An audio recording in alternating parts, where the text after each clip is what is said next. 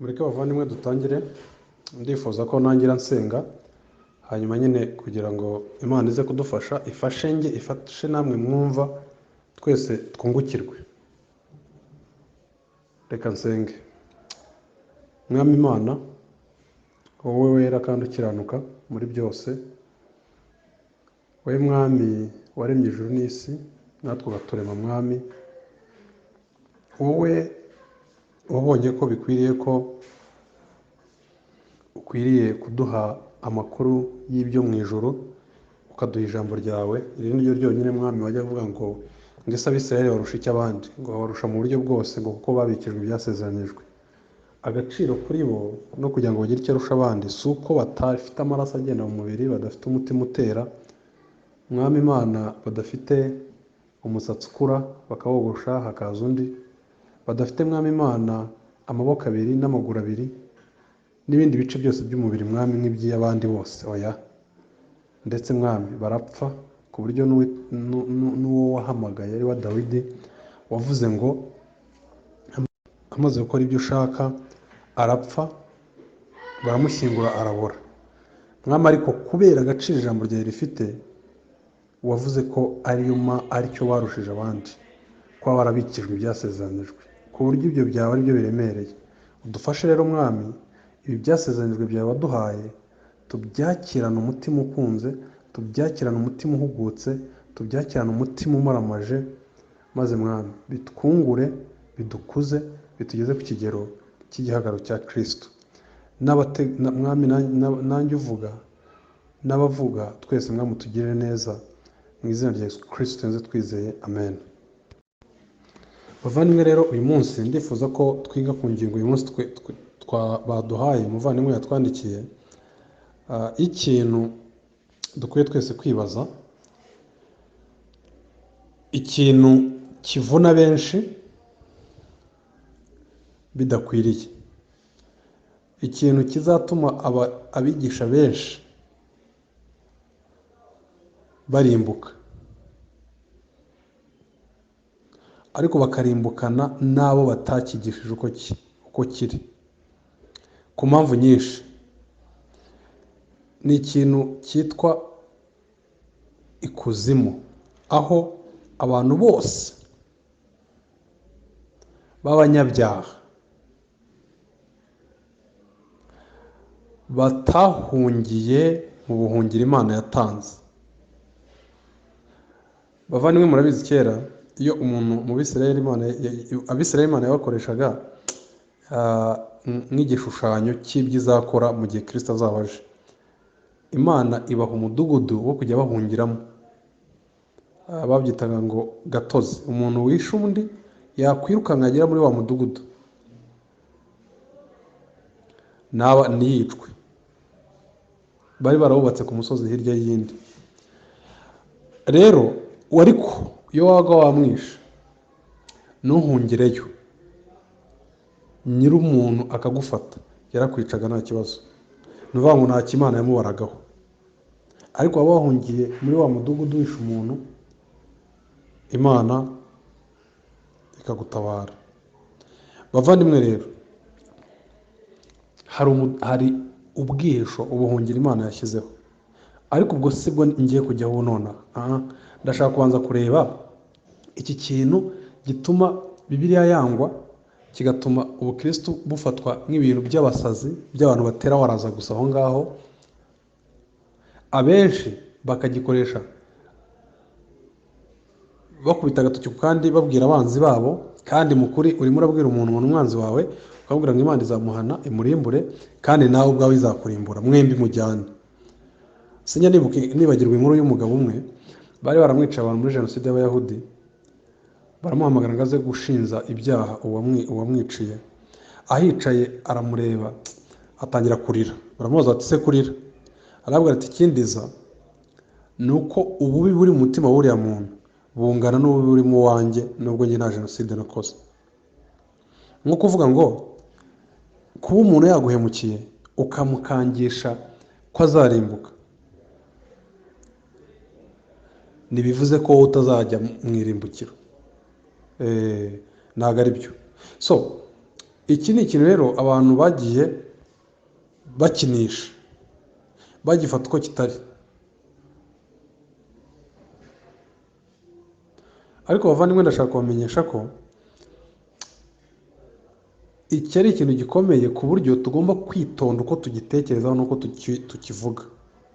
Kubera iki? Nuko Bibiliya ivuga ityo, ivuga ko namye mbisobanura buri gihe gerageza kwereka ko iyo ufite ikintu mu ijambo ry'Imana utemera cyangwa se ugoreka, uba urimo kugaba igitero ku Mana ubwayo. Ibyo twasomaga muri Yohana 1:5 dusanga ku murongo wa 10 ngo uwemera Kristo ngo aba yemeye iby'Imana yamuvuzeho, ngo ariko utamwemera ngo aba yise Imana umunyabinyoma. Mwumva bavandimwe? Rero ndagira ngo dutege amatwi.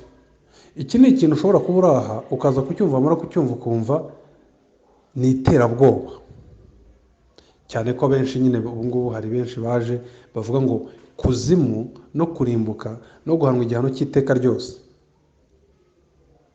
ni imitwe abarokore bahimbye kugira ngo batere abantu ubwoba, batuma abantu bagira ingeso nziza. Ariko turaza kureba ko atari ko biri. Bavandimwe, ikuzimu cyangwa se kurimbuka, iyi ni inyigisho yahoraga mu kanwa k'umwami wacu Yesu Kristo. Murabyumva? Ndagira ngo nse nukora kubatembereza, mureke dutemberane mu byanditswe byera, murebe ko atari ibintu umuntu aba yahimbye. Nimara guhera aho ngaho maze gusoma ko biri mu byanditswe byera, ndaza no kujya ku yindi ntambwe yo kureba se iki kintu koko nicyo nyine mu buryo ese is it reasonable, ese birafatika, ni ibintu nyine by'ihame. Reka mbabwire bavandimwe ukuntu umuntu amenya niba ikintu ari ihame cyangwa atari ihame. Ushobora kureba ikintu ko cyanditse muri biriya bwa mbere, ariko ukanareba ko bwa kabiri kibaho. Reka mbaho urugero uburyo bwo kumenya ko ikintu ari ihame. Bibiliya ivuga ko buri muntu wese yagenewe gupfa. Ushobora kubyemera cyangwa ukabihakana, ariko ibyo ntibikuraho kuzapfa. Ntibikuraho ko uyu munsi uvuga ko uri umunyarwanda, ukomoka ku banyarwanda bagiye bapfa.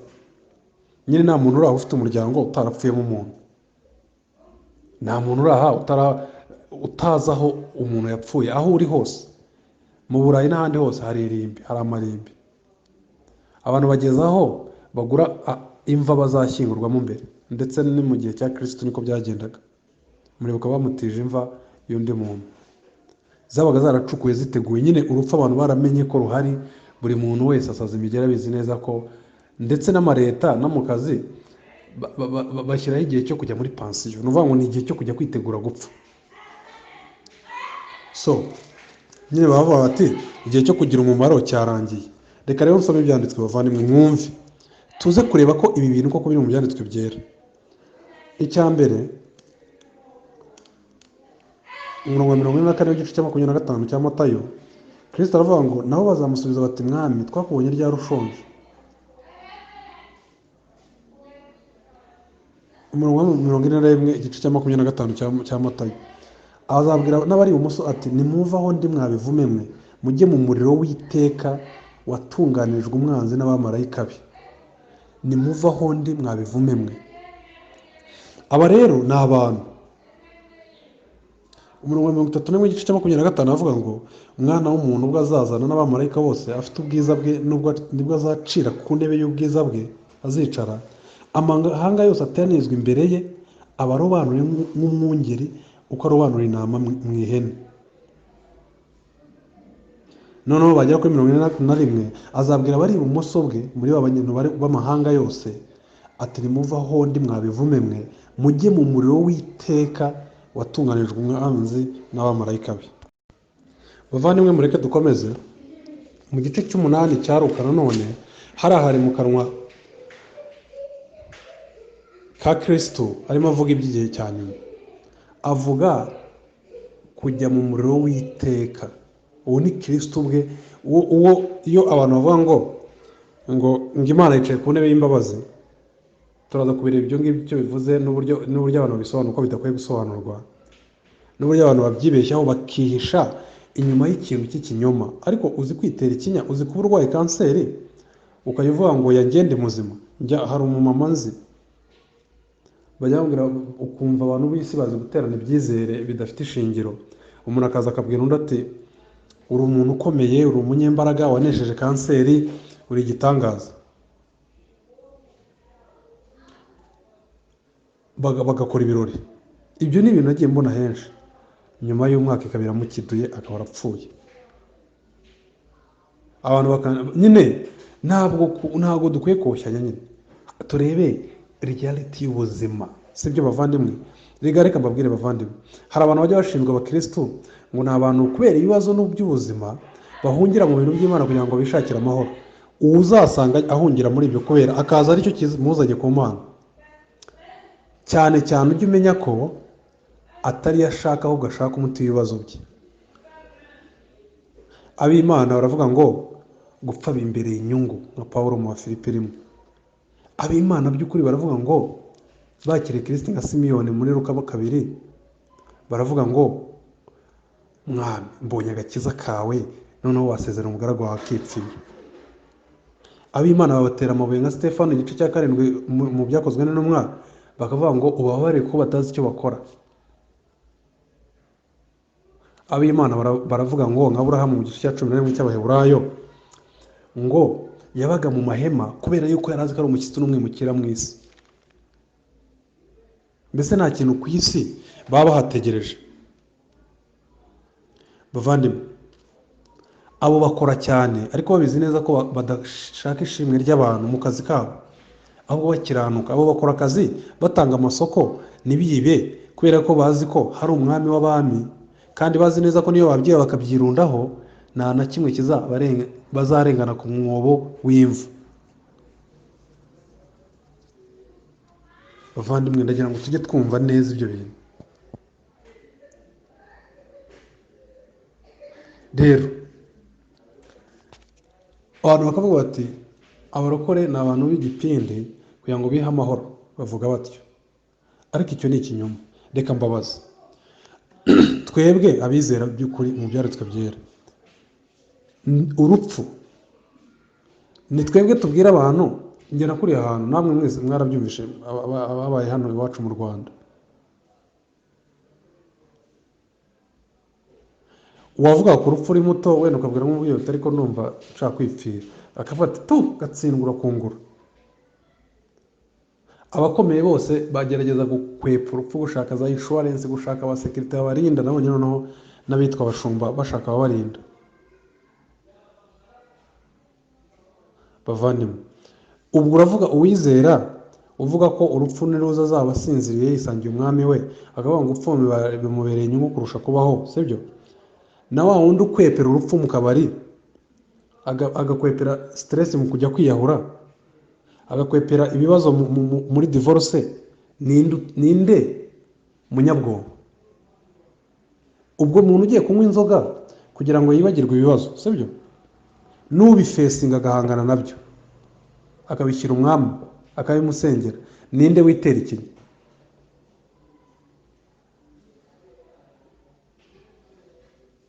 Umuntu ujya kwiteza ibishinge kugira ngo asambane adatwita, n'uwirinda ubusambanyi, ninde mbata?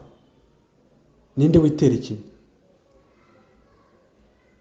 Bavandimwe rero, iki kintu ni ikintu gikomeye. Iki kintu ndimo mvuga cy'uko ikuzimu harahari, Bibiliya irabihamya, Kristo yarabivuze. Muransubiramo iki kintu nkavuga ngo buri gihe ujya ukomeza ikintu werekana ukuntu ari ukuri ushingiye ku kuba Kristo yaragihamije cyangwa ataragihamije. Icyo bivuze, Kristo aramutse yaravuze muri Matayo 25 akavuga ko hari abantu bazahanwa, bazoherezwa kujya kurimbuka by'iteka ryose, bikaba bitabaho, ari iterabwoba ry'abarokore. Uzi icyo ubuvuze? Ubuvuze ko Kristo yabeshye. Ngabo rero abo Bibiliya yita abantikristo. Ikintu cyose kiri hano mu byanditswe byera nkusomera, niriwe nanagisobanura ukagihakana, Kristo yaragihamije, ubugabye igitero kuri Kristo bwe. Ngise ndinde, ngi rwose ibyanjye byose ubihinyure. Ariko niba biva mu byanditswe byera ukabihakana, ufite ikibazo n'Imana. Reka mbasomere mwumve.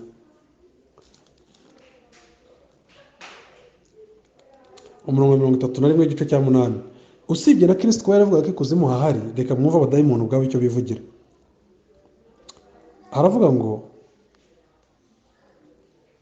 igice cya 8 cya Luka 26, nuko bafata hakurya mu gihugu cy'Abagadaleni giteganya n'i Galilaya. Yomotse imusozi, umuntu utewe n'abadayimoni wavuye mu mudugudu ahura nawe. Uwo yari amaze iminsi myinshi yambaye ubusa, nta nzu yabagamo, ahubwo yabaga mu mva. Abonye Yesu arataka, amwikubita imbere, avuga ijwi rirenga ati, duhuriye he Yesu, umwana w'Imana isumba byose? Ndakwinginze ntunyice urupfu n'agashinyaguro. Icyatumye bivuga atyo ni uko Yesu yari ategetse dayimoni kumuvamo. Dayimoni yajyaga amutera kenshi, nicyo gituma bamurindaga bamubohesheje iminyururu y'amaboko n'ingoyi y'amaguru, akabicagagura, dayimoni akamwirukana mu butayu. Yesu aramubaza ati, witwa nde? Aramusubiza ati, Ngabo ni ryo zina ryanjye, kuko abadayimoni bamurimo bari benshi. Baramwinginga ngo atabategeka kujya ikuzimu. Murabyumva? 31. Baramwinginga ngo atabategeka kujya ikuzimu. Uyu ni Kristo. Abadayimoni baramwinginga ngo atabategeka kujya ikuzimu. Urumva rero nibwo yirukanaga bakajya mu ngurube. N'abadayimoni ubwabo barabizi ko ikuzimu harahari, ku buryo babwiraga Kristo ngo turakwingiza utadutegeka kujya ikuzimu. Wowe ubihakana uti? Kristo arabihamya, na Satani n'abambari be barabizi ko hahari. Ndakomeza nsoma ibyanditswe bitandukanye kugira ngo mwumve aho biva n'aho bijya. Bavandimwe rero, hari ibintu nshaka kuvugaho. Ibibazo bimwe abakobanyi, kuki mbita abakobanyi? Abantu bahakana ko kuzimu ihari kandi itegereje ababihakana. In fact, umuntu wese uhakana ikuzimu azajya ikuzimu. Reka mbisubiremo. Umuntu wese witakuma agatanga impamvu z'uko kuzimu idahari, cyangwa se akajya yikwepa, hari ikintu cyitwa selective silence, guhitamo ibyo utari buvugeho. Hari ibyo bita heart imbalancing. Umuntu agatangira avuga ngo iyi nyigisho sinakabaye nyigisha nuko nyine muri bira nta kundi nagira. Ushaka kwiyerekana ko ufite imbabazi kurusha Imana, abo byo ni ibimenyetso by'abagikuzimu. Kuko ni wahakana kuzimu, waba ujya heza, waba ukizwa iki se? Ko dukizwa umujinya w'Imana, wari kuzatujyana mu kuzimu guhanwa iteka ryose. Rero bavandimwe, najya mu basomore umurongo, hatagira ugira ngo kugira ngo duhaguruke twigisha ibi ngibi ni ugushaka guteza akavuyo ya. Bibiliya iravuga ngo umwigisha muri Tito igice cya 1 ngo akwiye ko ari umuntu uzibya akanwa k'abamugisha impaka, ubasha kuzibya akanwa k'abamugisha impaka. Rero bako kazi ni nako ndashaka gukoraho uyu munsi. Ndaba ndimo ngerageza kwigisha guhuguza ukuri inama z'Imana, ariko nanagerageza kuzibya akanwa kabigisha ibinyoma. Icyo ni ikintu abantu benshi bitwa bigisha bakwepa, bihisha, bataka subikora. Ariko Bibiliya isezeranya ko umuntu wese Imana yahamagariye umurimo igomba kumuha agahanga nk'ak'isarabwayi, nateye igitsuri cy'abisi.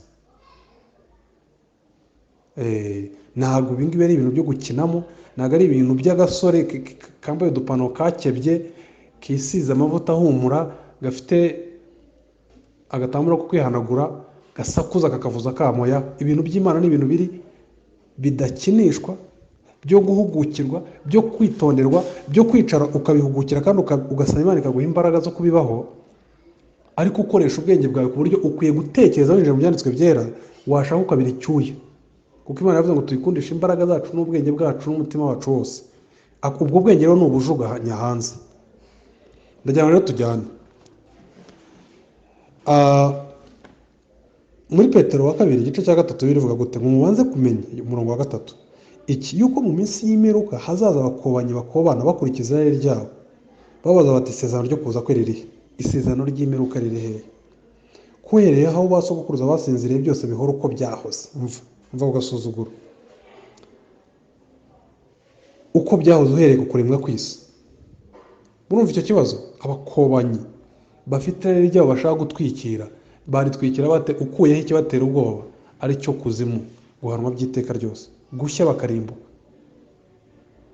Reka rero mbabwire bavandimwe, ndashaka ngo twitondere iki kintu mu cyumve. Bibiliya yivuga ngo bazahanwa mu Batesalonike wa 2 igice cya 1. Reka mwumve bavandimwe, abantu bahita bagoreka ibyanditswe byera kugira ngo bahunge. Ariko mwumve, ndashaka gutema amashami yose bihisha inyuma, nk'uko Adamu yihishaga inyuma y'amashami ibaze kwihisha Imana inyuma y'igiti.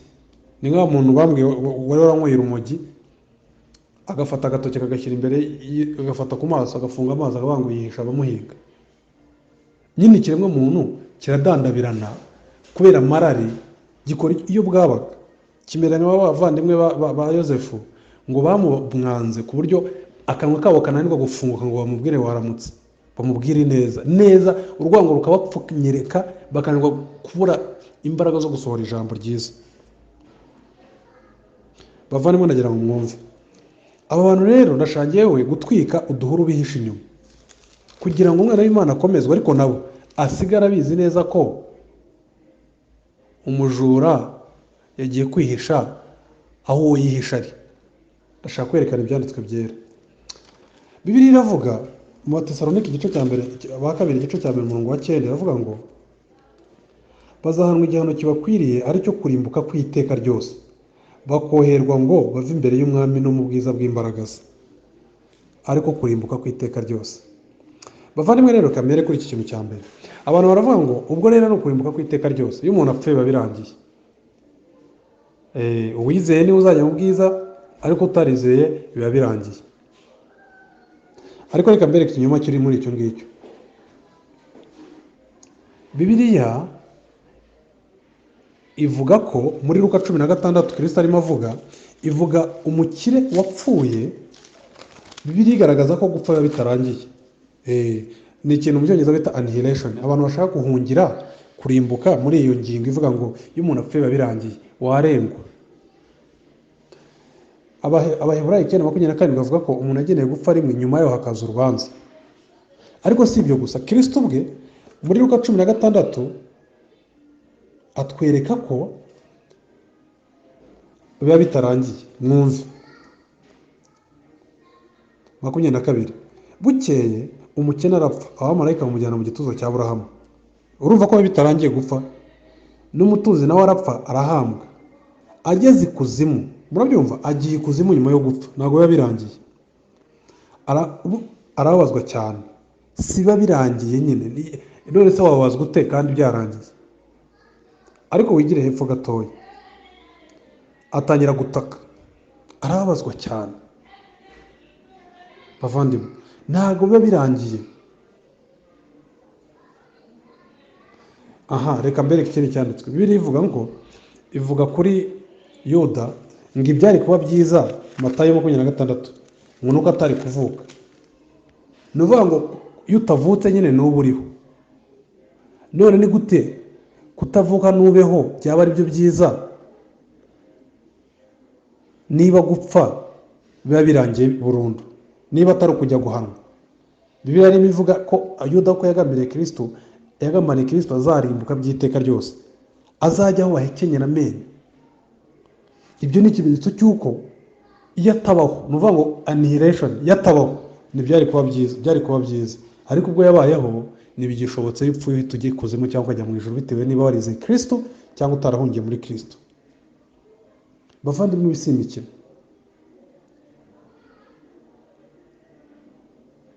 Bibiliya ivugaho ngo bahakenyere amenyo. None se wahekenya amenyo utariho, niba gupfa biba birangije byose? Murabyumva bavandimwe?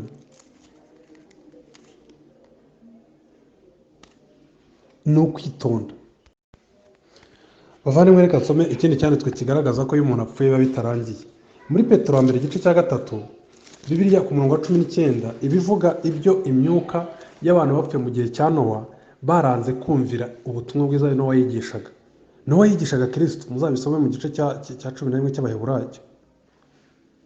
Kwizera niko kwatumye Nowa abahaza inkuge, akaburira abantu ngo bizere iyi Mana yabasezeranyije ko nibahungira mu kiro yatanze bazakizwa.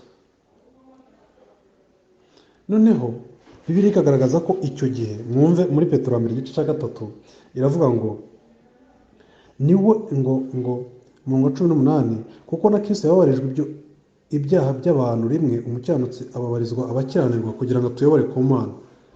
Mwumve, amaze kwicwa mu buryo bw'umubiri, ariko ahinduye muzima mu buryo bw'umwuka. Uwo mwuka niwo yabwirishije imyuka yo mu nzu y'imbohe imyuka yo mu nzu y'imbohe. Mubyumve, uyu Petero arimo arandika nyuma y'imyaka ibihumbi Nowa atakiriho. Noneho ngo ariko hari imyuka y'abantu iri mu nzu y'imbohe, ya yindi, iyo myuka itumviraga Imana kera. Iyo ni imyuka iri mu mbohe Petero yandika, iri mu nzu y'imbohe. Yakoze iki? Izira iki? Kwitumvira Imana kera. Ryari? Ubwo kwihangana kwayo kwategerezanyaga mu minsi ya Nowa inkugi ikibazwa. Ni ukuvuga ngo imyuka y'abantu banze kwizera ubutumwa bwiza mu gihe cya Nowa ubu iri muri gereza.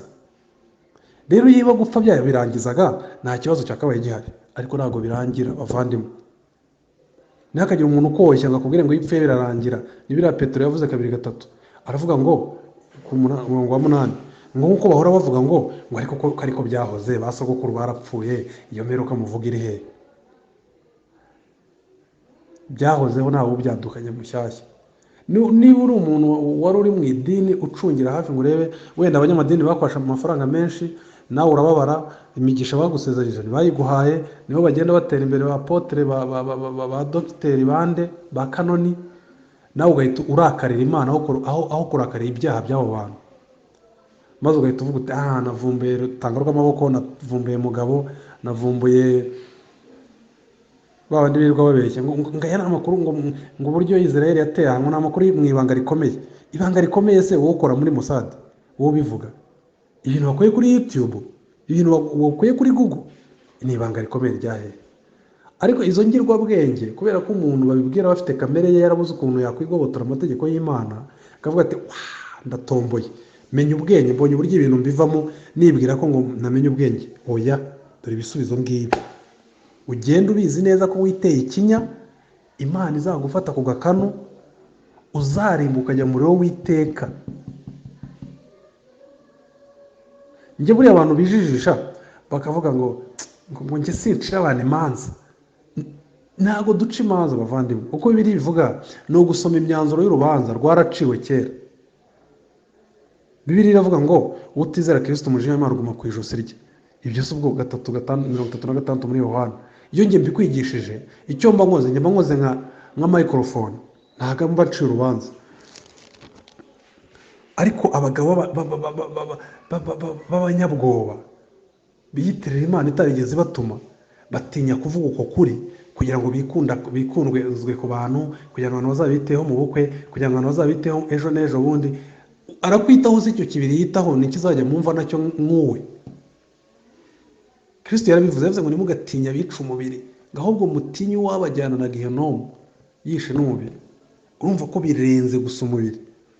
Noneho ibi bintu rero ntabwo birangira, reka mbaho urugero.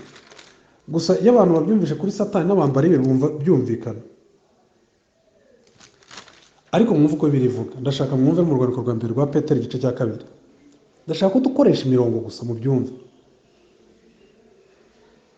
Ngo umurongo wa 4, urwandiko rwa 2 rwa Petero igice cya 2 umurongo wa 4. Kuko ubw'Imana itababariye abamarayika bakoze icyaha, ahubwo ikabajugunya mu mworera, ikababohesha iminyururu y'umwijima ngo barindirwe gucirwaho iteka. Ubw'Imana itababariye abamarayika bagomye mu ijuru. Abamarayika nibo muzi ko birivuga ngo ni imyuka mu Baheburayo 1:14. None se mwumva iyo myuka idafite umubiri, idashaka, simubizi ko biri ariko ivuga. Mwumve ko Imana yashoboye kuyihurutura ikayishyira, ahubwo ikabajugunya mu mworera, ikababohesha iminyururu y'umwijima ngo barindirwe gucirwaho iteka. Barindira umunsi w'imperuka. Nibyo bya bindi Kristo yavugaga, ibi Petero yanditse. Nibyo bya bindi nasomye muri Matayo 25, mvuga ukuntu Kristo yavuze ngo mwebwe abanze kwizera Kristo, azababwira bari ibumoso ati nimuvaho ndi mwabivume mwe, mujye mu muriro w'iteka watunganirijwe umwanzi n'abamarayika be. Babandi bajugunywe mu mworera bagahambizwa iminyururu y'umwijima bategereje kuzacirwaho iteka. Aho niho abantu bazajya banze kwizera Yesu Kristo kandi bizere by'ukuri, barwane n'amarari yabo bayatsinde. Bavandimwe, ibi bintu si imigani. Bibiliya yose uyijugunye wihitamo ibyo ushaka. Rega uhisemo ibyo ushaka ukemera bimwe ukareka ibindi, ntabyo uba wemera Imana byose ibyo yavuze uko byakabaye, cyangwa se ubyanga byose.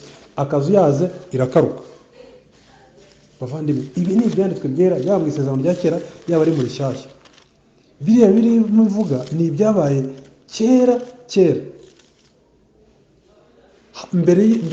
mbere y'uko ibi byo ku isi bitangira kubaho.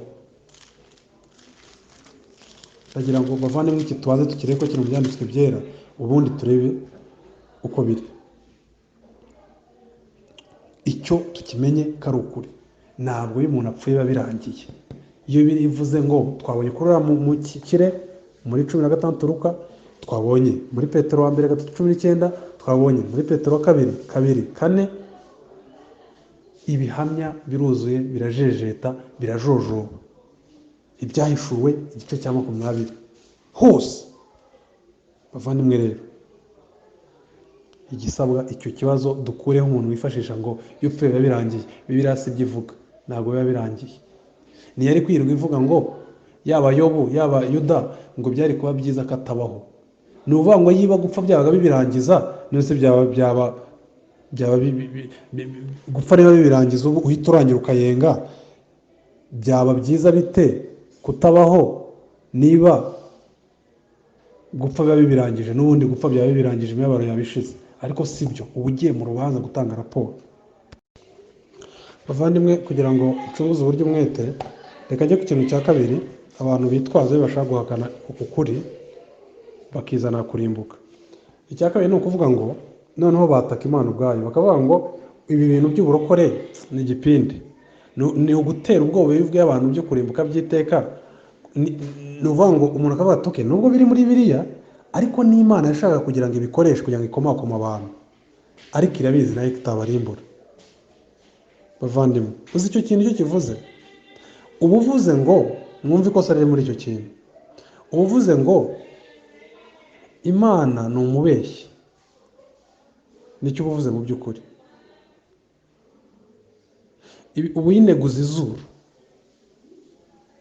Uba uvuga ngo Imana yo ikangisha abantu ibintu itakora. Ni uvuga ngo niba ivuze ngo uzakora icyaha azarimbuka, uzanga kwizera Yesu Kristo uzasanga yaranze kwizera uko nuko mu Batesalonika bivuga 2:1, Batesalonika 2:1 kuva ku murongo wa 9, ukavuga ngo Imana ni iterabwoba. Yego biri muri Bibiliya, ariko ni iterabwoba ry'Imana. Ubu urimo uvuga ngo Imana ni ikimara, ni ikigoryi, ku buryo ivuga ibintu itazakora igira ngo itume abantu bayikurikira. Sibyo? Ni iterabwoba, igira iterabwoba mbese. Urumva ukuntu bataka Imana? Kuko ntabwo Imana yavuga ikintu kitazasohora. None se ubundi ikindi kibazo nakubaza, Bibiliya ivuga ngo niringiye kuzabona ubugingo buhoraho, Tito 1:2, ubwo Imana itabasha kubeshya yasezeranije uherekera kose. Imana itabasha kubeshya. Iyo uvuze rero ngo ni iterabwoba Imana ishyiraho, uba uvuga ngo ni Imana ijya ibeshya. Ukwitonda bavandimwe, ukwitonda. Icya gatatu, icyo abantu baravuga ngo Imana y'inyembabazi, ubwo ni ukwataka imbabazi zayo nyine. Imana y'inyembabazi yarimbura ita abantu kandi ari inyembabazi? Ntiyakwihanganira kubona ibiremwa byayo birimbuka? Murumva icyo kintu? Ariko bavandimwe, reka mbereke ikinyoma kiri muri ibyo bintu. Bibiliya ivuga ko Imana idashobora gutsindishirizaho gutsindwa. Ariko reka mperaho, ni ukuvuga ngo Imana ntiyatuma abantu baba kandi ari yabaremye.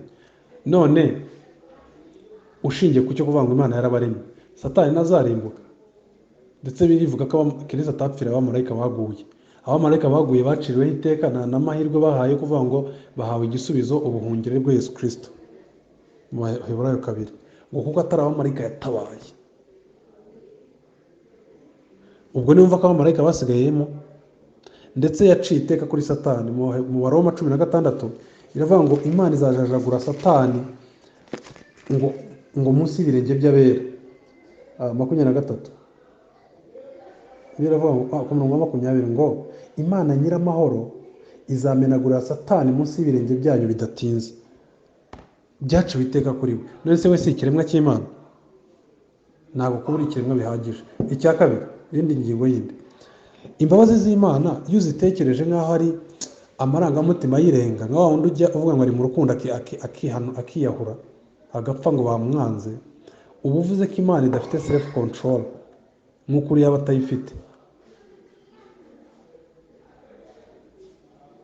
Uba uvuze ko Imana nayo ukayimanura. Ruteri yajyaga abwira uriya mu humanist ya Erasmus, akamubwira ngo your thoughts about God are too human.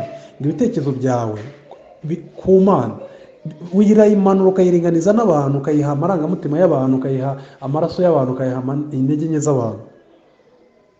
Bavandimwe, reka mbabwire, Bibiliya ihamye ibitandukanye. Ivuga ko hari inzabya z'imbabazi n'inzabya z'umujinya mu Baroma 9. Ubwo se tubyirengagize? Iyo uvuze ngo Imana ngo ntiyatuma abantu bababara ngo bakarimbuka ngo kubera yuko ibakunda, umva ikinyoma ubutanga. Usibye n'ibyo ko ubeshya, uvuga ngo imbabazi zayo zirengagiza ibyaha, zikakora icyaha, zikemera umunyabyaha zikamujyana mu ijuru. Ubushinja Imana ko nyine imbabazi zayo zitanga mu buryo butera, ariko si icyo cyonyine. Ubu navuga ko Imana ikora ibintu itikontorora, ahubwo ari emotions zayirenze zikayikontorora. Bavandimwe, reka turebe, ninde uzi muri iyi si ahantu ubu se wowe nawe unyumva wasanga ufite umubiri wawe urimo ubabara, ufite hakurya. Ushobora kuba ubangamiwe n'uko unanutse cyangwa ubyibushye. Ushobora kuba ubangamiwe n'uko uri umukene. Ushobora kuba ubangamiwe n'uko udafite ababyeyi bapfuye. Ibyo byose si akababaro? Si umubabaro? None si yo Mana yemera ko umubabaro kugeraho ubu nonaha ukuraho gihamya cy'uko abanze kwizera Yesu Kristo batazarimbuka?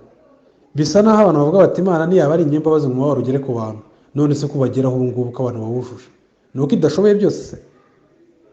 Bityo rero n'umubabaro w'iteka ryose zawuha abatarizeye, niba n'uyu munsi utanga ikawureka ukabageraho. Ibyo ni ibintu abantu bitwaza bihishe inyuma bidafite ishingiro. Reka rero nze ku kindi tugiye kujyaho, aricyo cya nyuma noneho cy'abandi, noneho bavuga ngo ubutabera bw'Imana. Noneho nibwo bavuga bati niba Imana yahana umuntu ikamurimbura by'iteka ryose, agahanwa ababara kandi abyumviriza, wabigereranya bavandimwe n'uwagukata igisebe agashyiramo umunyu ukabana nabyo kuzageza igihe kitagira iherezo. Ndimo ndagerageza kubizana mu mubiri. Kristo yaga bivuga akavuga ko no kujya mu muriro w'iteka, kujya muri gehinomu, ariko akabigaragaza nko guhekenya amenyo, urunyo rwaho rudapfa. Ariko ibyo ni ibigereranyo, byo birusi byo. Bavandimwe, reka soreze kuri iki kintu. Bibiliya ivuga ngo bazahanwa igihano kibakwiriye. Bityo ni ukuvuga ngo ubutabera bw'Imana ntabwo bubaye compromised cyangwa se budashyizwe mu gaciro iyo Imana irimbuye abanze kwizera Yesu Kristo. Reka some mwumve. Bazahanwa igihano kibakwiriye. Abo ni abahe? Ahora inziga batamenya Imana n'abatumvira ubutumwa bwiza bw'Umwami wacu Yesu. Bazahanwa igihano kibakwiriye mu byumve, gihuye neza n'icyaha bafite, kinganya uburemere n'icyaha bafite. Reka mumbwire abavandimwe, abantu bajya bibwira ko kuko umuntu yabayeho wenda imyaka 80 akayicumuramo akanga kwizera na Yesu Kristo, yarangiza agapfa akajya ikuzimu, bakibwira ko byahwana aramutse mu byumve ahawe igihano cy'imyaka 80 kibi cy'iteka ryose. Bityo bakavuga ati rero Imana nibirenze icyo gihano ntabwo yabishyize mu gaciro, ubutabera ntabwo yabifite ubutabera. Ariko reka mbereke bavandimwe, mutega amatwi mwumve. uwo munzani urimo upimiraho ni uwa kimuntu. Uw'Imana umeze gute? Reka mbaho urugero. Ndetse no mu nkiko zacu zisanzwe, ni ahantu na hamwe umunyabyaha ari we ugena igihano agomba guhabwa, ahubwo kigenwa n'itegeko nshinga n'umucamanza uri muri koresha n'igitabo gihana ibyaha, sibyo? Ni ukuvuga iki? Murabizi neza mudashidikanya mwese ko iyo umuntu yishe umuntu bimutunguye, baravuga ngo yagikoze atakigambiriye, igihano barakigabanya. Hari ibintu twita kugabanya ibihano, nyine kugabanya uburemere bw'ibihano. Ndetse n'umuntu ugasanga mu rukiko niba umuntu yemeye icyaha atagoranye bakagabanya kuko ataruhije umucamanza. Mu butabera bwacu bwa kimuntu turabizi ko niba umuntu yishe umuntu abigendereye undi akamwica ari agisida, turabizi ko badahanwa bingana.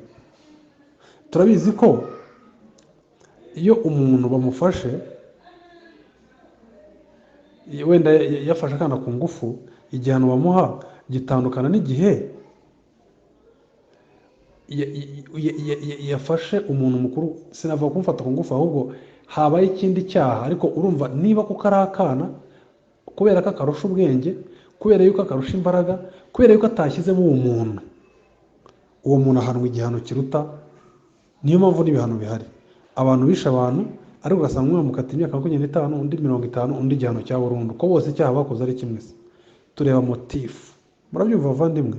Reka rero mbere ku kuntu iyo Bibiliya ivuga ngo bazahanwa igihano kibakwiriye, Imana niyo yonyine ifite ubwiza bukwiriye gutuma umuntu asaba yangwa ashaka ukuntu ayikorera.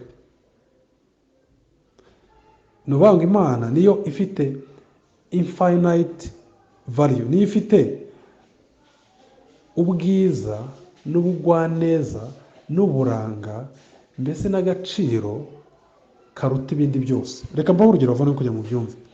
Iyo narabivuze, iyo abana babiri bangana bakina mu kibuga, umwe akambwira ati zana umupira, undi akambwira ati genda, nta kundi usibye kuwumwaka bumva nta kibazo. Ariko papa w'uyu mwana ari we umubwiye ngo zana umupira, akambwira ati genda papa, inkoni zamukubita. Noneho ugiye ibyo bintu ukagenda, noneho urumva wahereye ku mwana mungana, urambwira uti genda, ntacyo bitwaye ibyo ngibyo. Noneho ukaza kubwira ngo genda ubwira papa wawe, aragukubita. Noneho genda ubibwire perezida w'igihugu cyangwa generale. Uko agaciro k'umuntu kagenda kazamuka, niko ikintu umubwiye kigira uburemere. Murimo murabyumva? Uko agaciro k'umuntu kagenda kazamuka, n'icyubahiro umugomba, uhereye kuri mwarimu, ku wo mwigana, kuri mwarimu, ku muyobozi w'akarere, kuri generale, kuri perezida. Icyaha kigenda kigira uburemere bitewe n'uwo wagikoreye. Nta kintu na kimwe rero gifite uburemere buruta ubw'Imana. Imana ifite uburemere nyine bw'iteka ryose. Niyo yonyine ifite kudapfa, niyo yonyine ifite amabengeza, niyo yonyine ifite kugira neza muri yo, niyo yonyine itagira ikosa. Kuyicumuraho rero nyine uhabwa igihano kingana n'agaciro k'Imana. Rero ni ukuvuga ngo ubwo Imana ari etano, ari ihoraho, ari iteka ryose, ikosa uyikoreye rikwiriye igihano gikwiranye n'agaciro ka nyiri ukurikorerwa, ari we Mana. Niyo mpamvu Bibiliya ivuga ngo bazahanwa igihano kibakwiriye. Buriya abavandimwe, abizeye bazi neza ko bafite ubugingo buhora muri Yesu Kristo kubera ko babuhaye ku bw'Imana, bazi neza ko ijuru ridakorerwa, bazi neza ko ari abera n'abaziranenge kuko gukiranirwa kwa Kristo kwababazweho ubwo bamwizeraga. Dukwiye kujya turebera aho tugatinya icyaha. Ibaza icyaha cyazanye izi ndwara no gupfa no gupfusha n'ubukene n'akababaro kose mubona. Uca ku muhanda ukabona umuntu warwaye igikanseri, ukuguru kubyimbye kwikubye gatatu, biriya byose n'ujya ubibona. Amadivorose, abakobwa birirwa bambaye ubusa bakurura abagabo, ukaba uri umugabo udashaka no kugira iryo rari, ariko ukagenda umubiri ukagukurura. Nyine ako kaduvayo kose kinjiye mu muntu kandi kuzuye mu isi, katurutse ku cyaha iki kimwe. Kononekara kwinjiye mu isi bitewe no kwifuza kwa Eva, niko Petero yanditse. aho icyo ushaka gukora atari icyo ukora.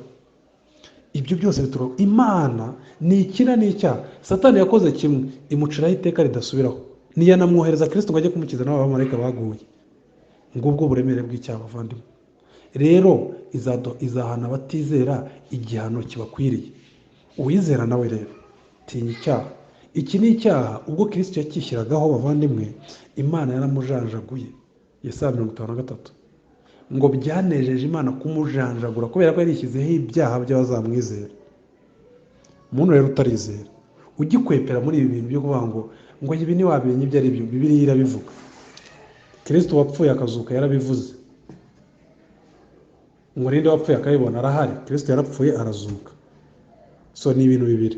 Uremera ibi, umuhungireho umujinya w'Imana umushyirweho, wowe umwere ubone ubugingo buhoraho, cyangwa urakomeza widegembye. Igihe kizagera ukonje, uryame hasi, amaraso abe avure, utangire kunuka bagushyire mu mva, roho yawe ijye kubazwa ibyo bintu. Bavandimwe, ndabinginga hatazagira umuntu uba warumvishe ibimvuga yari akarenga akajya kurimbuka. Kandi Imana yatanze uburyo bwo gukira, ari byo kwizera Yesu Kristo ko yapfuye akazuka, ukabarwaho gucyanuka kwe, ukaba uri umwere n'umuziranenge mu maso y'Imana. Ufite ikibazo yakibaza. Murakoze.